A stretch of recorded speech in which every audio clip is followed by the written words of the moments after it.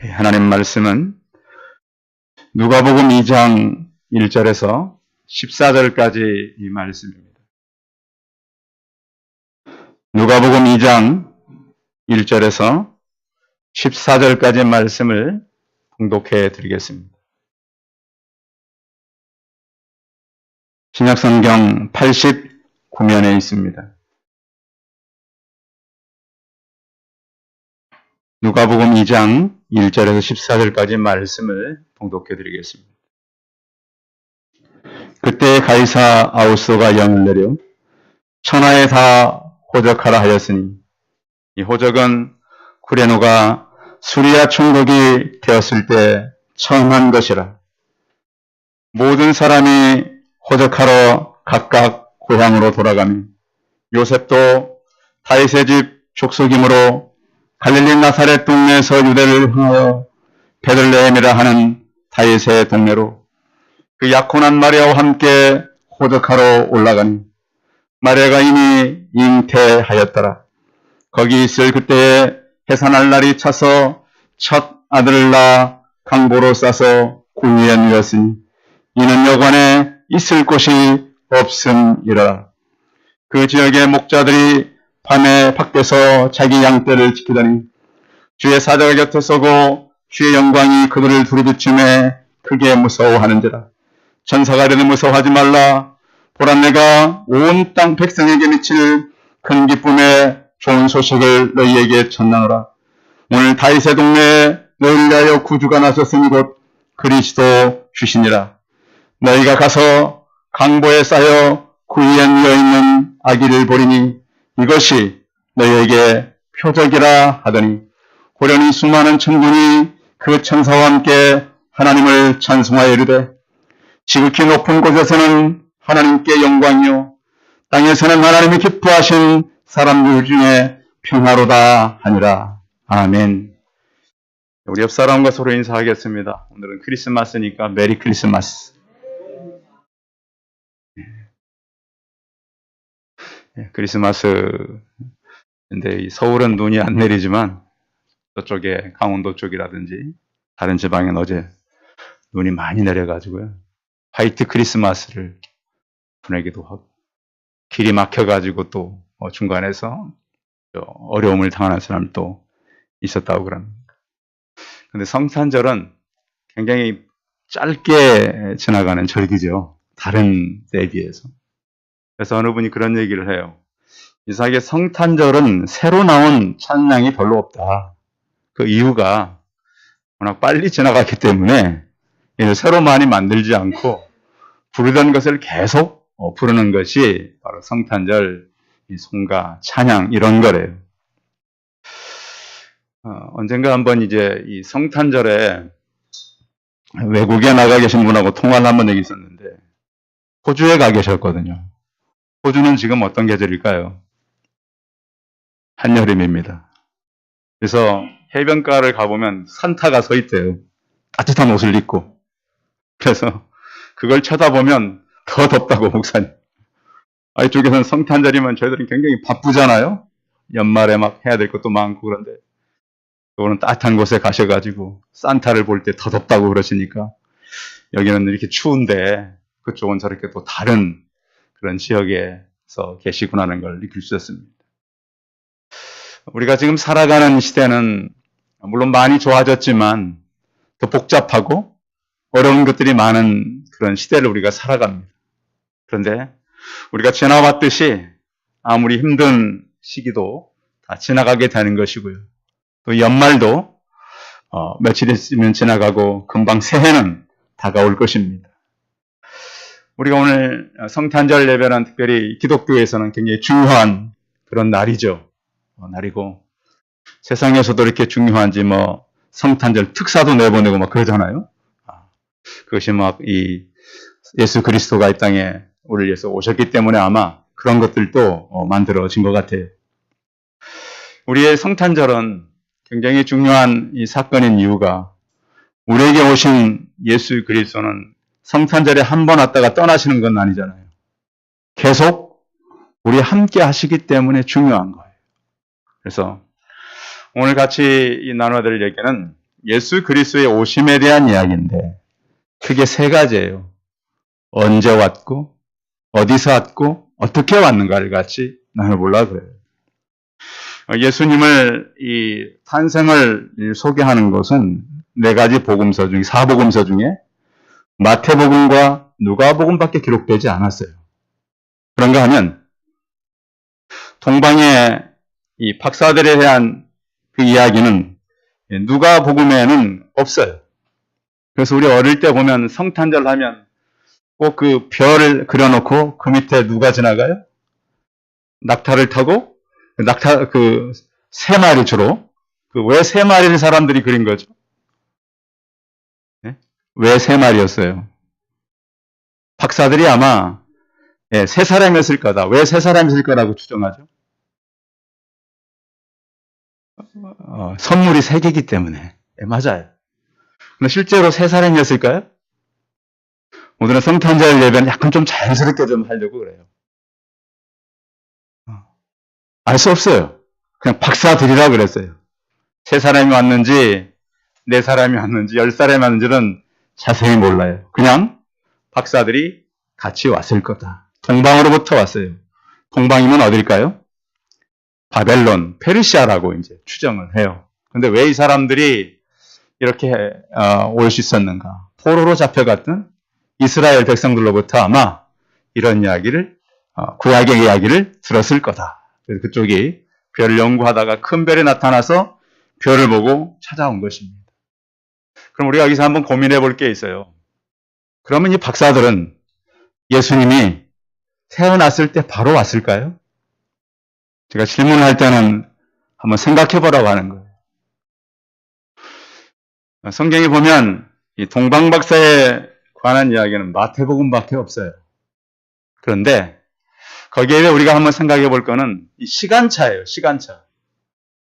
예수님께서 이 땅에 오셨을 때 그럼 박사들이 그럼 바로 그 즉시에 왔는가? 거기에 대한 많은 의문을 갖는다는 거예요. 왜? 앞으로 우리 교회도 성경을 깊이 연구할 수 있는 그런 사람들이 있기 때문에 그런 거예요. 시간차가 조금 있었어요. 어떻게 볼 수 있냐면 헤롯이 몇 살 아이들을 다 죽이죠? 헤롯 죽이라 그럴 때 2살 아래 아이들 다 죽이라 그래요. 그런가 하면 예수님이 40일쯤 되었을 때 정결례를 하러 가셔요. 그럼 뭘 드리죠 그때? 정결례 하러 가서 뭘 드렸어요 예수님께서? 비둘기를 드렸어요. 그렇죠. 그러면 황금과 유황과 모략은 어디 간 거죠? 왜 그 부모님은 그걸 드렸을까요? 그때까지는 이미 이들이 오지 못했다는 것을 생각해 볼 수 있다. 이것이 이제 성경을 깊이 연구했던 사람들의 질문이고요. 오늘 마태복음과 누가복음을 비교해 보면서 분명히 시간차는 있었다라는 거예요. 그렇게 이해를 하고 있어야 나중에 문제가 없지. 아니 그때 바로 오지 않았냐?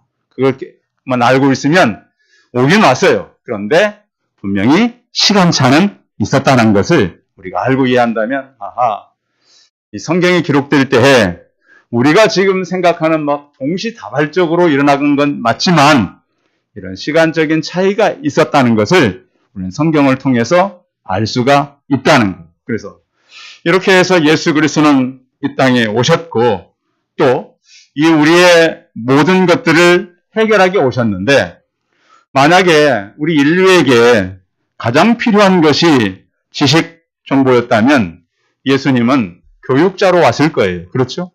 사람들에게 지식이 필요하잖아요. 과연 그것이 가장 중요하다면 교육자의 모습으로 왔을 거예요. 또 한 가지, 우리 인류에게 필요한 게 기술 과학이었다면 예수님은 과학자로 우리에게 오셨을 거예요. 과학이 필요한. 만약에 물질이 필요했다면 예수님은 우리에게 부자인 모습으로, 경제인으로 이 땅을 찾아왔을 겁니다. 그런데 우리 사람들에게 가장 하나님께서 보실 때 필요한 것은 죄의 용서함이었어요. 죄 사함을 받아야만 했어요. 그래서 예수 그리스도로 어린 나이의 모습으로 이 땅에 오신 거예요. 그런가 하면 하나님의 때가 다 차서 왔어요. 그냥 어떤 역사가 흘러가다 보니까 우연히 예수 그리스도가 온 것이 아니고 하나님께서 이 땅을 주관하시는데 하나님께서 정치적인 모든 것들을 준비를 하셨어요. 예수님이 올 때 바로 시기가 언제냐면 로마에 지금까지는 많은 전쟁을 하도 조그만 이 소국들이 막 자라다가 이제는 가이사 로마의 황제가 등극하던 그런 때에 예수님께서 이 땅에 오신 거예요. 그래서 온 이 로마로 인해서 유럽 전체가 한 이웃이 되었어요. 그래서 예수 그리스도가 오므로 인류에 달라진 것은 BC와 AD로 나눠진 거예요. BC와 AD를 로마인들이 만들었어요. 지구상에서 로마의 역사를 지울 수 있나요? 없어요. 로마는 지금도 팔수록 유물이 나오는 것이에요.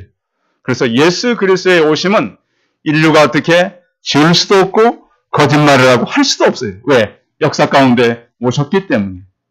그래서 그분은 오셔서 우리의 참 평화와 또 예수님께서 올 때 이미 로마를 통해서 많은 교통의 편의가 만들어졌었고 또 언어가 헬라어로서 거의 통합되어 있었어요. 그래서 많은 나라의 복음을 전하는데 사도 바울이 온 세계의 복음을 전하는데 이 도로와 수로길을 이용했다는 거예요. 경제적으로도 그랬어요. 로마는 성장했지만 로마에서 살아가는 사람들은 굉장히 어려웠어요. 로마를 걸어가는 시내를 걸어가는 사람 중에 한 사람은 노예였다 그러잖아요. 그래서 어떤 사람들은 자유를 누리지만 어떤 사람은 사람의 대우를 받지 못하고 그 사람들이 생활하는 생활기구이거나 유동재산이었다는 거예요. 그래서 로마는 평화를 얘기했지만 참 평화가 아니었고 억압과 학대가 많이 일어나던 그런 때였어요.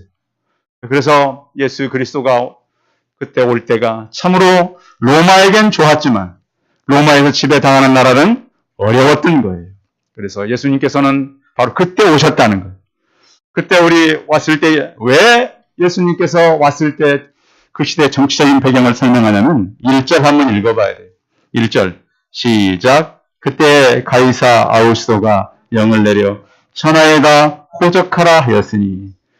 자, 로마 황제가 천하에다 뭘 하라 그랬다고요? 호적하라 그랬다. 자, 정치인들의 정치적 행위는 순수하지 않다는 것을 말하는 것은 역사적인 사실이에요. 그렇죠? 예나 지금이나요. 정치인들이 하는 정치적 행위는 순수하지 않아요.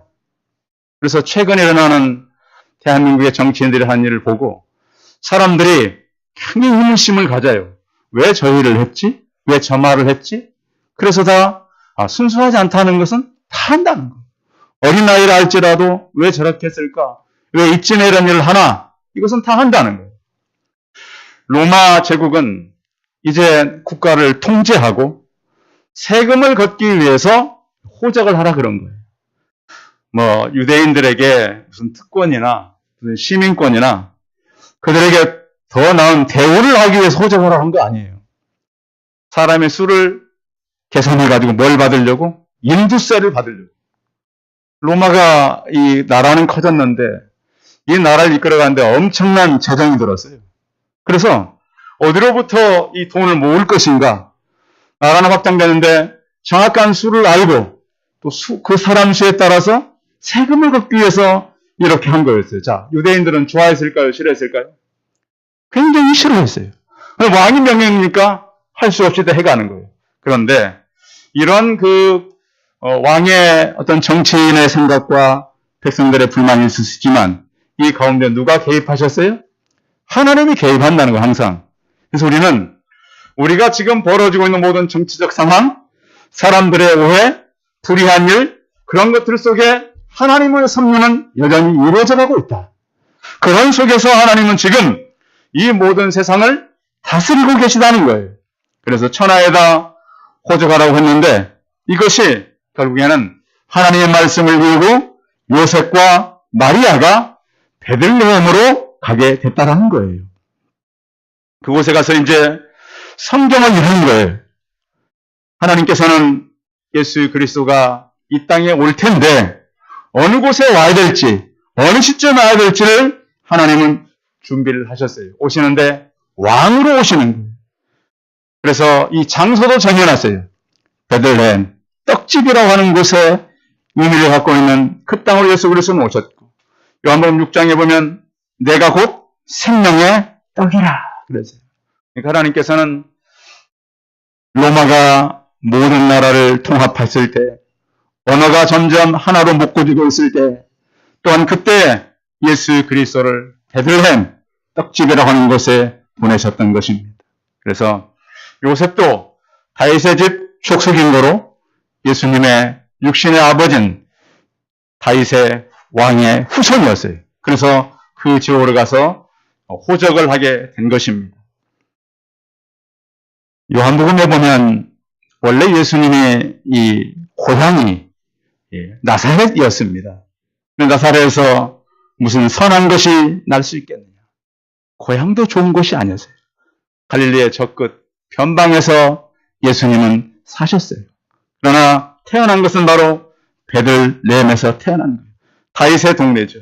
그래서 우리가 이제 성탄절을 맞아서 예수 그리스도는 하나님께서 준비한 모든 시간과 역사와 또 하나님의 섭리 가운데 그의 걸음을 인도하신 것입니다.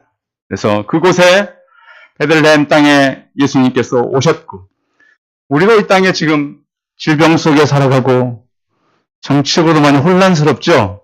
우리 청년들이나 아이들은 관심이 없겠지만 어른들은 정치적인 관심이 많아요. 왜냐하면 이 나라의 미래가 정치에도 많이 연관이 있기 때문에. 그런데 이 모든 것은 하나님이 주관하신다는 걸 믿고, 질병도 마찬가지예요. 하나님 역사 가운데 우리를 건강하게 지키고 그 섭리 가운데 우리가 살아간다는 걸 믿고 살아가는 성도들이 되시기 바랍니다. 이런 시기가 있었고, 두 번째는 그러면 구체적으로 어디서 일어났는가? 요셉도 다윗의 후손이기 때문에 이 베들레헴으로 가려면 거기까지 가는 데는 좀 지역이 점점 내려가지만 높아지는 곳이에요. 강원도 사람들이 서울 갈 때 서울로 올라간다 그럴까요? 내려간다 그럴까요? 네, 올라간다 그러죠. 마찬가지. 나사렛 쪽에서 베들레헴 쪽으로 올라가다 보면 이건 약간 중앙 상지 쪽으로 가는 거예요. 자, 그러면 마리아는 이때 임산부예요. 그것도 만삭이 다 됐어요. 그렇죠? 그 몸을 가지고 가는데 빨리 갔을까요? 천천히 갔을까요? 빨리 갈 수가 없어요. 임산부의 몸으로. 그 몸을 끌고 올라가는 거예요. 근데 보면 이 요셉은 마태복음 1장 19절에 보면 그 남편 요셉은 의로운 사람이라. 그가 처녀로서 잉태했을 때 그걸 드러내지 아니하고 가마지 끊고자 했어요. 그런데 이 의로운 요셉이 아마 마리아를 데리고 잘 친절하게 갔을 거예요. 그래서 이것은 바로 성경을 통해 700년 전에 이사야서와 미가서를 통해서 이렇게 말씀했어요. 베들레헴 에브라다야, 너는 유다 족속 중에 작을지라도 이스라엘 다스릴 자가 내게서 내게로 나올 것이라. 그의 근본은 상고의 영혼에 있느니라 그랬어요. 그래서 하나님께서는 이렇게 예수 그리스도가 어디서 태어날지를 미리 정하시고 또 그 예언을 이루고 성취하고 계시는 거예요. 우리의 삶에도 하나님께서 준비한 예언이 성취되는 삶이 있는 거예요. 우리가 살아가는 사회는 굉장히 무서운 경쟁 사회를 살아가요. 여러분, 요즘에 혹시 초조한 일이 있거나 어려운 일이 계십니까? 그리고 내가 살아가는 이 장소에 대해서 혹시 불만이 있으십니까? 나는 왜 여기서 사는가? 그런데 내가 어디서 살든 나를 향한 하나님의 계획이 지금도 이루어지고 있음을 믿으시기 바랍니다. 지난 10일 날 미국 켄터키주 홈킨스 카운티에서 할머니가 두 아이를 돌보고 있다가 허리케인 때문에 아이가 날아간 사건 뉴스 접하셨어요? 네, 제가 그래서 한번 이 뉴스를 좀 자세히 봤어요. 뉴스가 여러 번 나왔어요. 우리나라 이 사건이.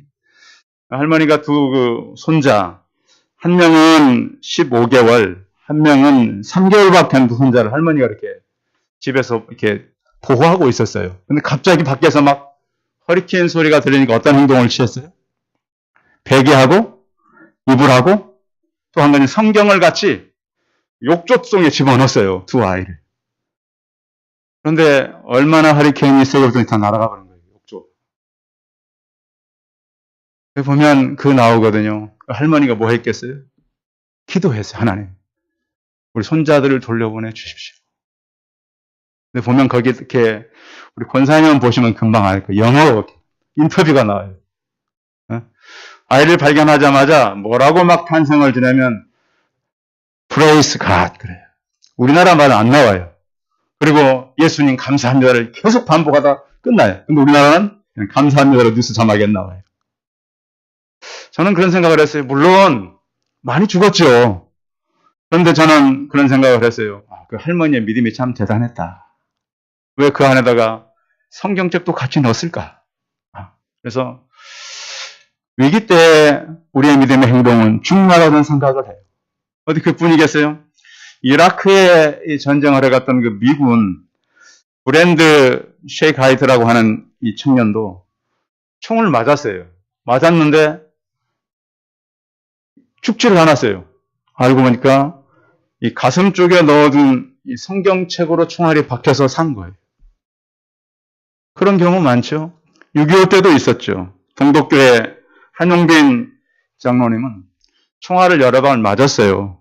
이렇게 관통도 하고요. 근데 나중에 보니까 총알 한 방이 그분도 그러니까 군인들이 쓰는 성경책은 조그만 미니 성경이에요. 앞에 들어갈 수 있어요. 총알이 박혀 있는 게 지금도 이 전시관에 전시되어 있어요. 그 총알이 성경책을 뚫지 않았기 때문에 살았다는 것이죠. 물론 이것은 특별한 경우가 될 수도 있어요. 그럼 우리에게 중요한 것은 위기를 만났을 때 우리가 어떻게 행동하느냐는 굉장히 중요하다는 거예요. 성도 여러분, 우리 앞에 갑작인 위기가 만나거나 또 전쟁이 일어나거나 하나님께서 우리에게 어떤 고난을 준다 할지라도 믿음 위에 서 있기를 바랍니다. 어떠한 것도 우리의 믿음을 뚫을 수는 없을 것입니다. 우리가 어디서 살고 죽는 것은 하나님의 섭리인 것입니다. 예수님의 태어나 오심과 그의 또 이 땅에 오셔서 우리에게 가르쳐는 교훈도 하나님의 섭리 가운데 이루어졌다는 것이죠. 그러면 예수님은 어떻게 태어났을까요? 거기 있을 때 해산란을 차서 첫 아들을 낳아 강보에 싸서 그 위에 누웠으니 이는 여관에 있을 곳이 없음이라 그랬습니다. 오늘 성경에 보면 아들인데 무슨 아들이라고 해요? 7절 보세요. 왜 첫 아들이라 그랬을까요? 또 다른 아들이 있었다는 건 나중에 첫 아들이에요. 근데 어느 종교에서는 마리아는 그 이후에 아이를 낳지 않았다고 얘기해요. 또 마리아가 승천했다고 얘기해요. 죄가 없다고 얘기해요. 근데 우리 기독교는 그렇지 않죠. 한 여인으로서 사람으로서 자연으로 살아간 거예요. 독특한 게 없었어요. 근데 얼마나 어려움이 있었겠어요. 근데 그것을 순수하게 이기고 한 거예요. 우리가 알 수 있는 것은 그를 예수 그리스도를 강보에 쌌다는 거예요. 강보라고 하는 것은 옷감이지 않습니까? 아이가 이렇게 태어나면 장기를 보호하고 온기를 유지할 수 있도록 아이를 따뜻하게. 그래서 아이들 이렇게 보면 어릴 때 어때요? 어머니들이 이렇게 손과 발을 어떻게 해줘요? 돌돌 말아가지고 움직이지 않도록 이렇게 해놓죠. 그래서 아마 이 아이를 키우는 것은 전 세계적으로 비슷한가 봐요. 이렇게 해서 강보에 싸서 아이를 어디에 눕혔어요? 오늘 성경에 구유에 눕혔다고 그러죠. 구유는 어디죠? 짐승의 먹이통이죠. 그렇죠. 그래서 그곳에 누워서 키웠는데 그 이유는 왜 그곳에 누운 거예요? 7절 보세요. 첫 아들을 낳아 강보에 싸서 구유에 누웠으니 이는 여관에 있을 곳이 없음이로라. 나중에 이제 여러분들이 마태복음을 찾아보면 마태복음에서는 동방 박사들이 찾아간 곳이 집이에요. 집. 법관이 아니고. 그래서 좀 차이가 있다고 이제 보는 거죠. 그래서 밖에서 그 당시에 이 학자들이 찾아보니까 사람들이 가서 쉴 수 있는 그런 이 여관이라고 하는 곳이 훌륭한 곳이 아니라 그냥 지붕 정도만 쳐놓고 그냥 있는 곳, 또 사람들의 주거 형태는 1층은 주민들이 살고 2층에 사람이 살고 그런 형태래요. 그런데 그런 어떤 허술한 곳차도 아이를 태어날 곳이 없어서 그는 이 마국간으로 가서 태어날 수밖에 없었다는 것이에요. 생각해 보십시오. 왕으로 오신 하나님이 어디든지 올 수 있지 않았겠어요? 부잣집에 올 수도 있잖아요. 어차피 아이로 태어나는. 그렇죠. 요즘 우리나라에 그 엄마 아빠 찬스 쓰는 사람들이 얼마나 많아요. 최근에 여러분 많이 들으셨죠? 어떤 젊은 청년이 이력서를 내면서 우리 아빠가 어디 근무하니까 내가 회사에 도움을 주겠다. 회사에서 조사를 했잖아요. 그래서 아버지가 직장을 잃었어요. 뭐죠? 지금 막 우리 한국에는 뭐가 중요해요? 중요한 게 입시, 입대, 입사 다 중요한데 이런 것들을 다 누구 찬스를 써요? 우리 대한민국이 지금 상당히 심각한 거예요. 그러면 누구의 기회를 잃는 거예요? 그 찬스가 없는 사람들의 기회를 뺏어가 버리는 거예요. 예수님이 그렇게 오셨나요? 그런 하나님이셨어요. 얼마나 할 수 있어요? 그렇게 오지 않으셨어요. 가장 낮은 곳, 가장 비천한 몸으로 이 땅에 오셨단 말이에요. 그 고난의 자리에 오셨고요. 비천한 자리에 오셔서 이 땅에 오셨습니다. 성도 여러분, 오늘 시간 저는 이 땅에 오셔서 거할 곳이 없었고 나중에서는 나는 머리 둘 곳조차 없다 그랬어요. 여러분들의 마음의 방에 예수 그리스도를 모시기 바랍니다. 오늘 날씨도 춥고 먼 길을 잘 오셨습니다. 제가 드릴 선물은 없지만 예수 그리스도를 선물로 받으시고 여러분 마음 가운데 품고 일생을 살아가시기 바랍니다. 여러분들 뿐만 아니라 여러분 후손들까지 천대까지 하나님께서 은혜를 주시려고 하는 선물로 우리에게 오셨습니다. 절망의 자리에 지극히 낮은 곳에 겸손한 모습으로 오셨습니다. 나중에 마리아가 예수를 잉태하고 이렇게 찬송했습니다. 내 영혼이 주를 찬양하며 내 마음이 하나님 내 구주를 기뻐하며 그 여종의 피천함을 돌아보셨습니다. 이제 우로는 만세의 날을 복이 있다 일컬이로다. 능하신 이가 큰 일을 행하셨으니 그 이름이 거룩하시며 국률하심이 두려운 자에게 대대로 이르는도다. 그 종 이스라엘을 도우사 국률에 계시고 기억하시되 우리 조상에게 말씀하신 것이 그것과 같이 아브라함과 그 자손에게 영원히 하시리로다 하니라. 그래서 마리아는 자기에게 예수 그리스도를 보내신 하나님을 찬송하게 됩니다. 성탄절은 예수 그리스도가 우리 믿는 사람들에게 선물로 오신 것입니다. 희생하고 또한 우리도 봉사하는 그런 삶을 살기 위해서 오신 것이고 또 우리는 천군 천사들이 오늘 나타나서 이렇게 말합니다. 지극히 높은 곳에서는 하나님께 영광이요 땅에서는 하나님이 기뻐하신 사람들 중에 평화로다 그랬습니다. 성탄절은 하나님께는 영광되는 찬송을 하는 것이고 이 땅에 사람들과의 평화를 나누는 그런 때입니다. 무엇의 힘으로 우리가 사람들과 화평할 수 있고 평화를 나눌 수 있겠습니까? 이 땅에 오신 아기 예수 그리스도입니다. 주의 성탄을 천사들이 찬양했고 천군들이 찬송했고 이것으로 인해서 우리는 성탄의 의미를 깊이 깨닫게 되는 것입니다. 예수님은 로마가 모든 것을 통합했을 때 정치적으로 지극히 필요한 때에 오셨고 또 베들레헴 땅에 오셨고 오실 때 그는 지극히 낮은 모습으로 오셨습니다. 우리는 이 땅을 살면서 2000년 지나간 그런 사건이지만 우리 마음 가운데 예수 그리스도를 품으시고 하나님의 가장 큰 선물 그와 함께 동행하시는 우리 성도들이 되시기 바랍니다. 기도하겠습니다. 살아계신 하나님, 예수 그리스도가 이 땅에 오셨을 때 양을 치던 목자들이 찬송했고 그의 어머니가 찬송했고 또 동방으로부터 먼 곳에서 박사들이 와서 축하해 주었습니다. 전능하신 하나님, 우리가 성경을 보면서 하나님께서 이루신 일들을 제가 깨닫고 우리가 언제를 살든 어디서 살든 어떤 모습으로 이 땅을 살아가든 하나님의 섭리 가운데 있음을 잊지 않게 하여 주옵소서. 성탄절은 예수 그리스도를 선물로 받은 날입니다. 나와 영원히 함께 하실 그 하나님의 능력이 내 안에 있음을 깨닫고 내 안에 거주하시는 예수 그리스도와 동행하며 살게 하여 주옵소서.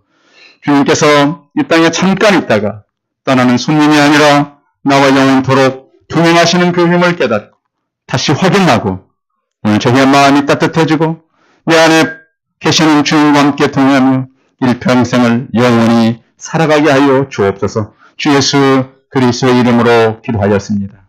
아멘. 광고 말씀 드리겠습니다. 성탄절을 맞은 성도님들을 하나님께서 이렇게 기쁜 성탄절을 맞게 하셔서 감사하고요. 예배 후에는 성탄절은 이 가족들과 잘 보내시고요. 송구영신 예배는 31일 금요일 저녁 11시 30분에 있게 됩니다. 예배 시에는 성찬식이 있고요. 금요 기도회는 송구영신 예배로 대신하게 됩니다. 또 새해에는 우리가 전도할 대상자들을 미리 생각하고 전도하면 좋겠습니다. 연말 정산이 필요한 분들 말씀해 주시고요. 요즘에 우리 교회의 방송 유튜브 때문에 좀 많이 복잡하죠. 새벽이면 막 잘 안 들리고 막 그럴 때 있죠. 이제 고쳤으니까 잘 들릴 겁니다. 어제도 늦게까지 노이즈 문제 때문에 굉장히 파고 또 파서 결혼 해결을 했어요, 지금. 그러니까 아마 소리는 이제 잘 들릴 겁니다. 잘 들릴 거고. 또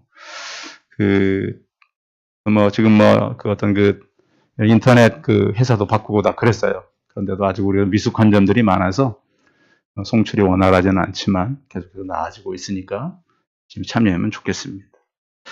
우리 같이 찬송 123장 하신 후에 축도함을 예배 마치겠습니다.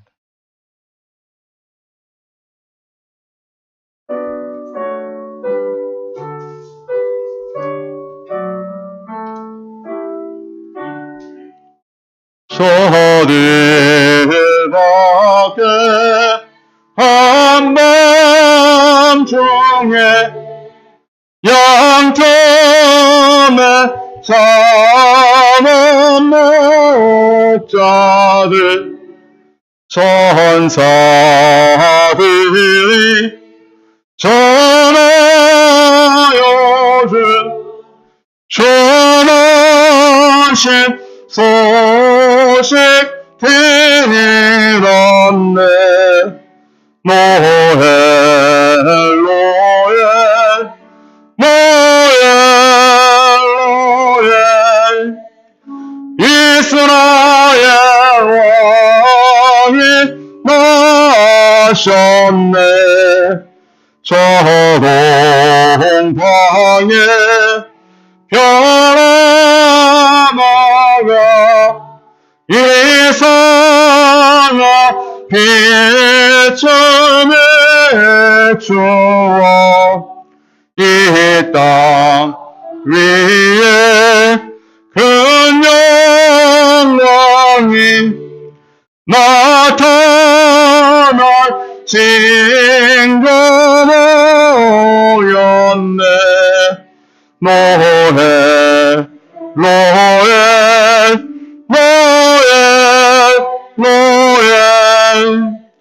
이스라엘 왕이 나셨네. 귀한 별이 베들레헴 향하여 바라가노니. 아기 예수 누신 집 교회에 오냐 멈췄네. 노엘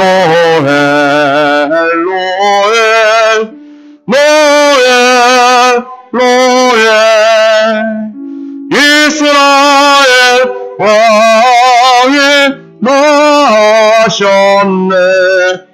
저 동방에 박사들이 세상이 보고 전라고 그 보배 앞 다 열었어. 세 가지 예물 드렸네.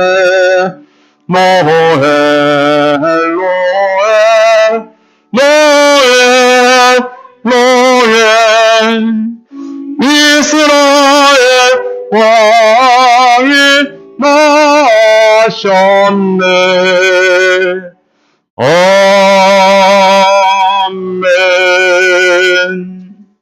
기도하겠습니다. 이제는 우리 주 예수 그리스도의 은혜와 하나님 아버지의 보완하심과 성령의 교통하심이 예수 그리스도의 나심이 언제 어디서 어떻게 왔는가를 밝히 알고 성탄절의 선물로 나에게 오신 예수 그리스도와 함께 남은 일생을 주와 동행하며 살기를 소원하는 우리 성도들의 머리머리해와 이들의 가정과 자녀들과 일터와 사업터에 이제로부터 영원토록 함께 있을지어다. 아멘.